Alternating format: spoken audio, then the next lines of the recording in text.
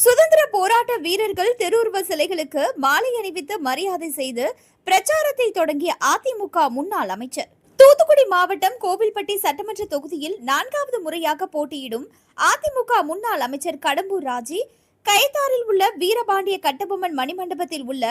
அவரது திருவுருவ சிலைக்கு மாலை அணிவித்து மரியாதை செலுத்தினார். தொடர்ந்து கட்லாங்குளத்தில் உள்ள வீரன் அழகுமுத்துக்கோன் மண்டபத்தில் உள்ள அவரது உருவச்சிலை, பாண்டவர் மங்கலத்தில் உள்ள பெரியார் சிலை, கோவில்பட்டி ஊராட்சி ஒன்றிய அலுவலகம் அருகே உள்ள